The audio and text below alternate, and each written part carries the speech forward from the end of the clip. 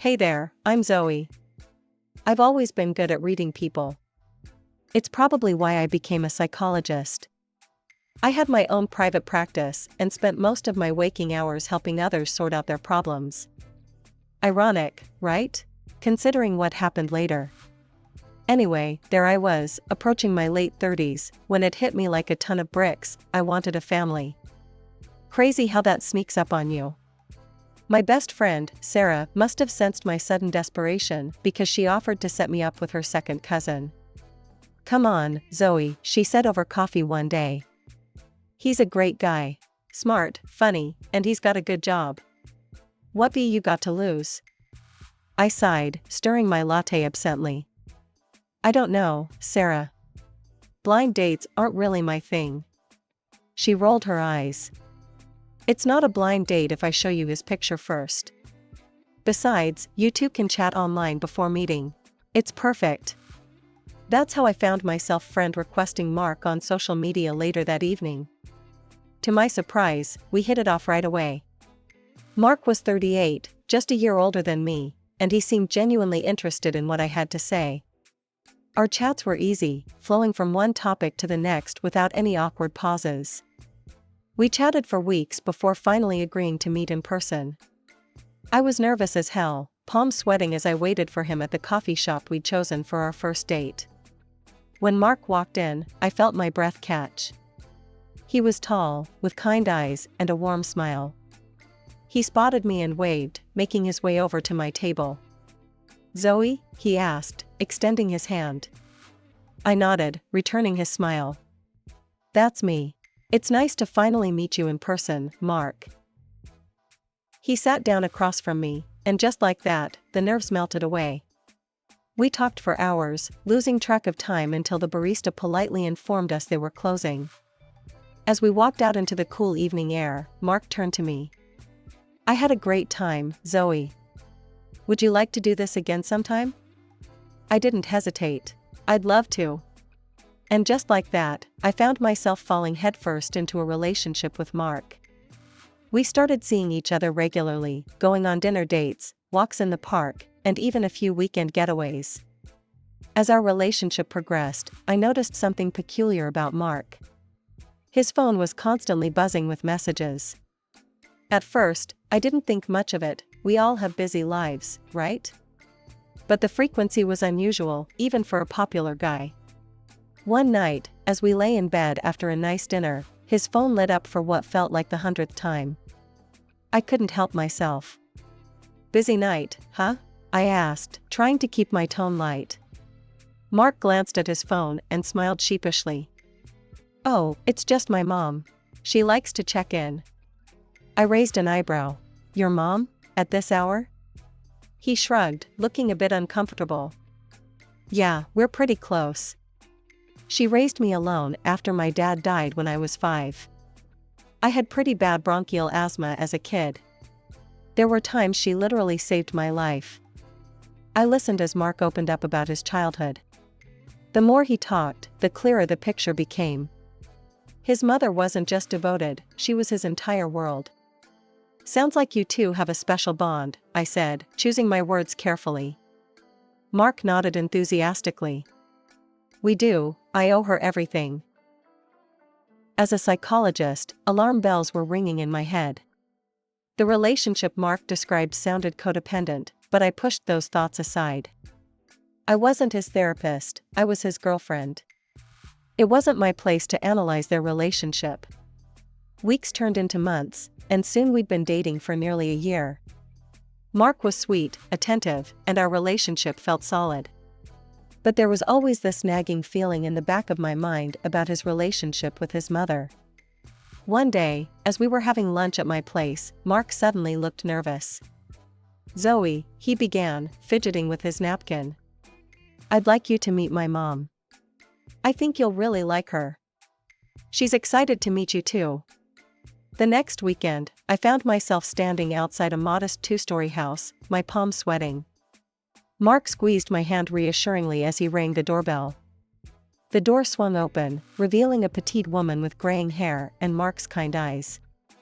She smiled warmly at us. You must be Zoe, she said, pulling me into an unexpected hug. I'm Helen. Come in, come in. As we settled in the living room, I couldn't help but notice how Helen's eyes never left Mark. She fussed over him, asking if he wanted a drink or a snack, completely ignoring my presence. I watched their interaction, feeling more like an observer than a participant. Helen dominated the conversation, constantly bringing up stories from Mark's childhood or fretting over his health. As we left a few hours later, I felt drained.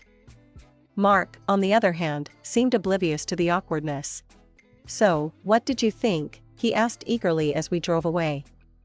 I hesitated, choosing my words carefully. Your mom clearly loves you very much. Mark beamed. She's great, isn't she? I knew you'd like her. I forced a smile, not having the heart to burst his bubble. But as we drove back to my place, I couldn't shake the feeling that I'd just witnessed something far more complex than a mother's love. 6 months flew by, and before I knew it, Mark was down on one knee, a sparkling ring in his hand. Despite my lingering concerns about his relationship with Helen, I said yes. I was in love, and I truly believed we could work through any issues together. We decided to move in together, into my apartment, of course. As we dove into wedding preparations, I quickly realized this wasn't going to be the fun, exciting experience I'd always imagined. Helen inserted herself into every decision, every detail. It wasn't just the wedding, either. Helen called constantly, always with some crisis that required Mark's immediate attention. One evening, as we were discussing flower arrangements, Mark's phone rang. He answered immediately, his face creasing with concern. What's wrong, Mom? The sink's leaking? I'll be right there. He hung up and turned to me apologetically. I've got to go help Mom. Her sink is leaking, and you know how she is with plumbers. This scene repeated itself almost daily. If it wasn't a leaky sink, it was a stubbed toe or a sad mood that only Mark could lift. And if he ever hesitated. After all I've done for you, Helen's voice would crack over the speakerphone. I just need a little help. Is that too much to ask? I couldn't take it anymore. One night, after Mark returned from yet another Helen emergency, I decided to broach the subject. Mark, I said gently, I think it might be helpful if we saw a couples therapist. Someone who could help us navigate this situation with your mom. I think her demands are a bit excessive. Excessive? Mark's voice rose. She raised me alone, Zoe. She saved my life multiple times. How can you call that excessive? I backpedaled, realizing I'd hit a nerve. I'm not saying she doesn't love you. I'm just worried about the impact on our relationship. Mark softened slightly. Okay, maybe you're right, but can we do it after the wedding? We're so busy right now, and I don't want to add more stress. I knew I should push harder, insist on addressing this before we tied the knot. But I was exhausted from fighting this invisible battle with Helen. So, against my better judgment, I agreed. The weeks flew by in a whirlwind of cake tastings, dress fittings, and endless phone calls with Helen. Before I knew it, we were just days away from the wedding. Despite the stress, I was excited. My friends had planned a bachelorette party, and I was looking forward to a night of fun without wedding talk or Helen drama. We hit our favorite bar, laughing and dancing. For the first time in months, I felt light, free from the constant tension of planning a wedding under Helen's watchful eye. Then my phone rang. Mark's name flashed on the screen. Zoe, his voice was tight with panic. Mom's in the hospital. Her blood pressure spiked. I'm heading there now. I quickly explained the situation to my friends and called a taxi. The ride to the hospital felt endless, my mind racing with worst-case scenarios. The moment Helen saw me, her face crumpled. Oh, she moaned, dramatically covering her face with her hands. It's you. My blood pressure, it's your fault. All this wedding stress. I froze, shocked by the accusation. Helen peeked through her fingers, her eyes narrowing at me. I can't handle this right now, my poor heart. Mark turned to me, his expression apologetic but firm. "Zoe, could you wait outside? Just for a bit?" Stunned, I nodded and walked out, collapsing into a chair in the hallway. I sat there for what felt like an eternity, nurses and doctors bustling past me. Finally, I stood up, determined to understand what was happening. I approached the nurse's station, using every ounce of my professional demeanor. "Excuse me," I said to the doctor charting nearby. "I'm Zoe, Helen Johnson's future daughter-in-law. Could you tell me about her condition?" The doctor looked up, his expression neutral. "Mrs. Johnson's blood pressure is elevated, but not dangerously so. We're monitoring her, but there's no immediate cause for concern." I took a deep breath, weighing my next words carefully. "Doctor, I'm a psychologist. And I'm concerned that Mrs. Johnson might be dealing with some psychological issues. Has anyone evaluated her mental health?" The doctor's eyebrows rose slightly. "That's an interesting observation. We haven't done a psychological evaluation, but given what you're saying, it might be worth looking into. I'll make a note to refer her for an assessment." I nodded, grateful for his understanding. "Thank you, doctor. I appreciate your help." Returning to my seat in the hallway, I waited a bit longer, hoping Mark would emerge. But as the minutes ticked by, I realized he wasn't coming out anytime soon. Defeated, I sent him a text, heading home. "Call me when you can." I called another taxi and went back to our apartment. My phone buzzed with messages from my friends, asking where I'd disappeared to. I sent a quick apology, telling them to enjoy the rest of the night without me. It was past midnight when I heard the key in the lock. Mark shuffled in, looking exhausted. "Hey," he said softly. "You're still up." I sat up, trying to keep the hurt and anger out of my voice. "How's your mom?" He sighed, sinking into the armchair across from me. "She's okay. They're keeping her overnight for observation." I stayed until she fell asleep. She was so upset, Zoe. She kept asking me not to leave her alone. I couldn't hold back anymore. "Mark, do you really think that's all it is? Don't you see what's happening here?" He looked at me, his eyes pleading. "Zoe, please, not tonight. Can we just go to bed? I'm exhausted." I wanted to argue, to make him see reason. But looking at his tired face, I knew it was pointless. So I nodded, swallowing my frustration. The big day finally arrived. Mark pulled me aside just before the ceremony and took a deep breath. "Look, I know things have been tense with Mom lately. But I've made some arrangements to keep her happy today. I just need you to go along with it, please?" My heart sank. "What kind of arrangements?" Mark explained quickly. Helen had a special menu prepared for her, citing non-existent allergies. She'd be seated next to Mark at the head table, not with the other parents. The DJ had a list of her favorite songs to play. And, Mark added hesitantly, she wants to make a speech. I closed my eyes, counting to 10 in my head. "Okay," I said finally. "For you, for us." He kissed me gratefully, and I returned to my bridesmaids, plastering on a smile. The ceremony itself was beautiful. As I walked down the aisle, seeing Mark's face light up, I felt a surge of love that pushed all my doubts aside. For a moment, it was just us. The reception was an experience. True to Mark's word, Helen held court at our table, regaling everyone with stories of Mark's childhood. She barely acknowledged my presence, except to occasionally pat my hand condescendingly. When it came time for speeches, I watched in horror as Helen tottered up to the microphone, wine glass in hand. "My dear friends and family," she began, her voice wavering. "We're here to celebrate my only son's wedding day." She went on for what felt like hours, talking about Mark's childhood, his accomplishments, and how she'd sacrificed everything for him. I was mentioned exactly once, as an afterthought. As she finally wrapped up, Helen raised her glass. "To my son, and his wife. May they be as happy as Mark and I have always been." I downed my champagne in one gulp. The rest of the night passed in a blur. We danced, we laughed, we cut the cake.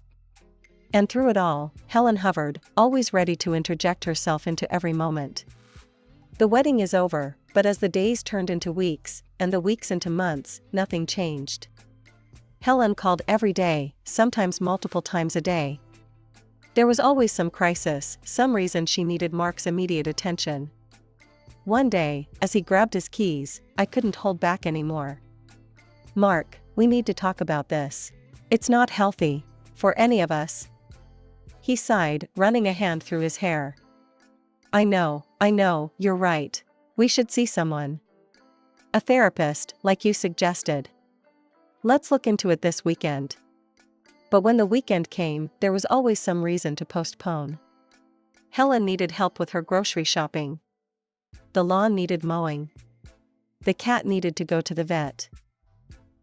And so it went, week after week. Empty promises and endless excuses. 3 months into our marriage, I was at my wit's end. The constant intrusions from Helen, Mark's unwillingness to set boundaries, and the strain on our relationship were taking their toll. When my vacation time came around, I saw it as a golden opportunity. "Mark," I said one evening, trying to keep the desperation out of my voice, "let's go on a honeymoon.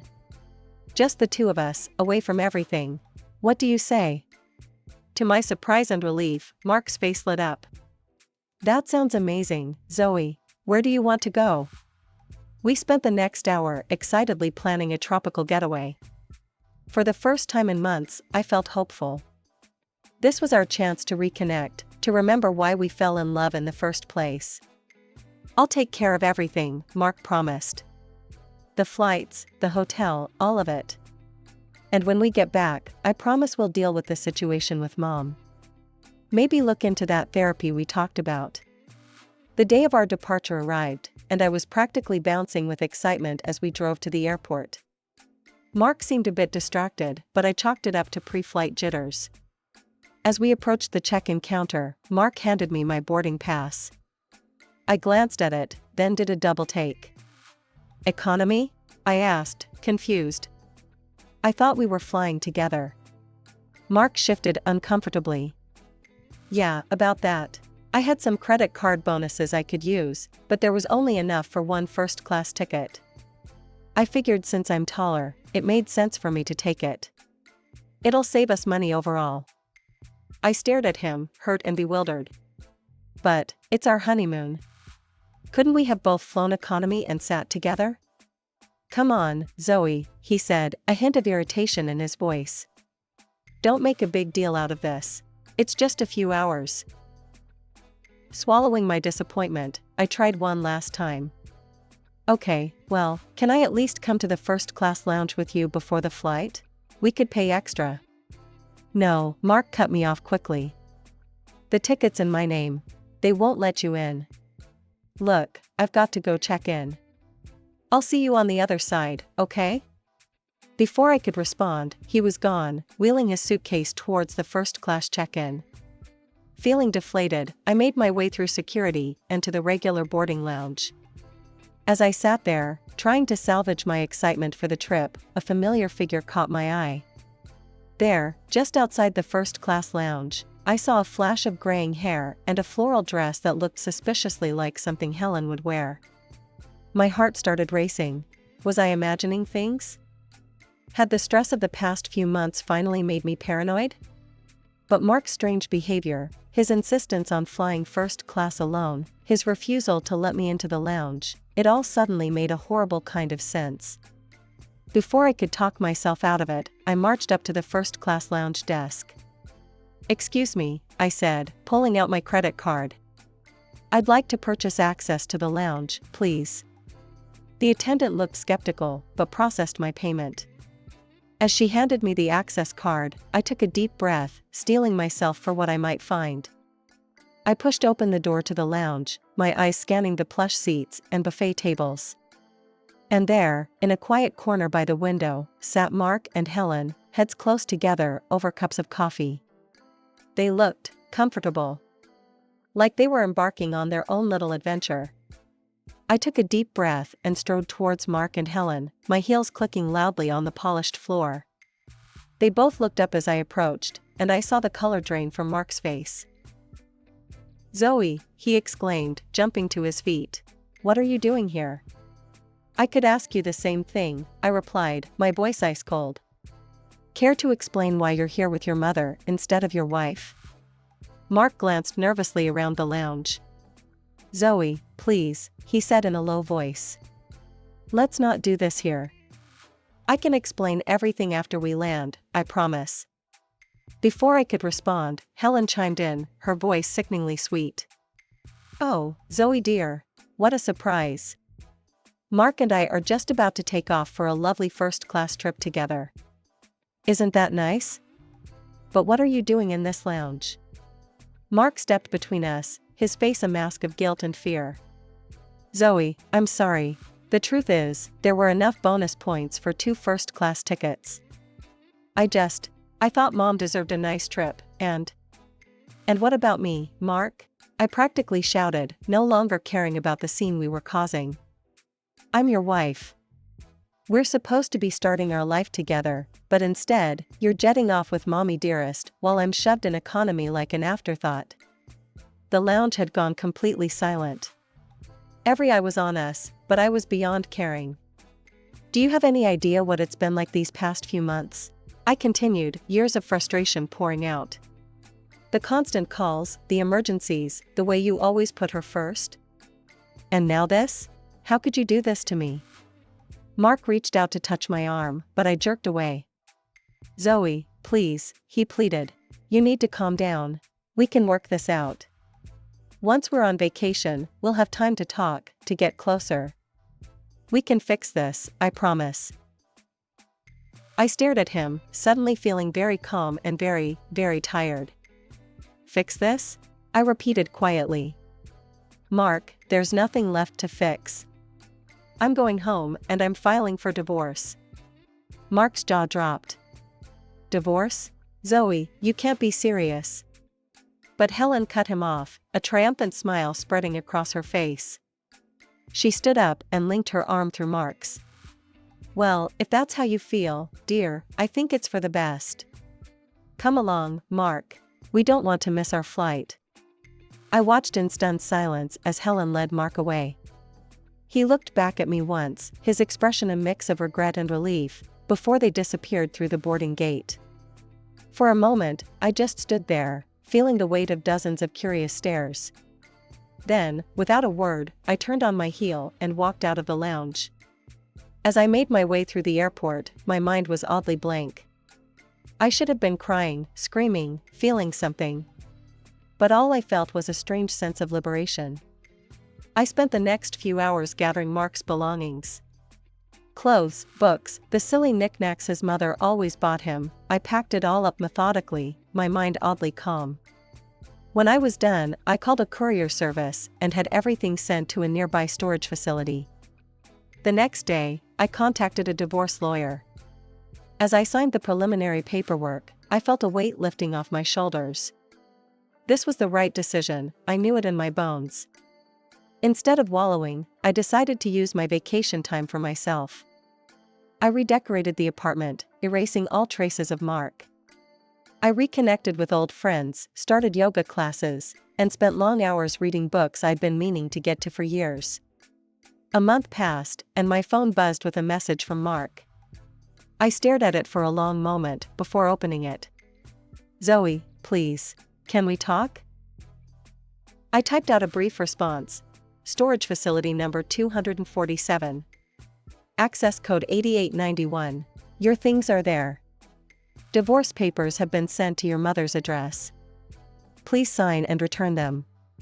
Then I blocked his number. Returning to work was like a breath of fresh air.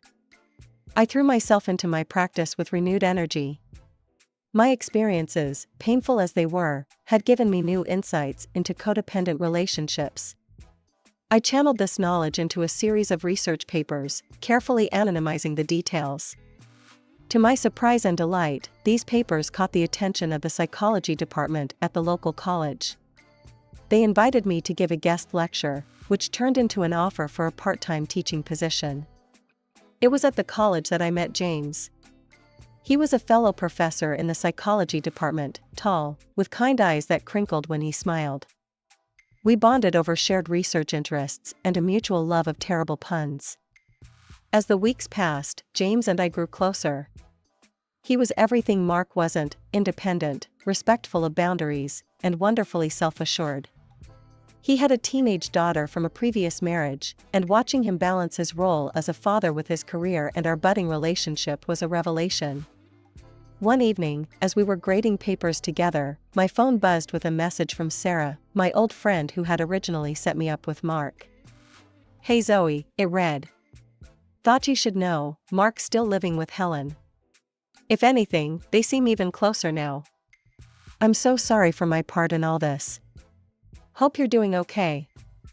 I stared at the message for a moment, then set my phone aside. James looked up, concern in his eyes. "Everything all right?" he asked. I smiled, realizing that for the first time in a long time, I truly was all right. "Yeah," I said. "Everything's fine." And it was. Mark and Helen's relationship was no longer my problem. I had my own life to live, my own path to follow.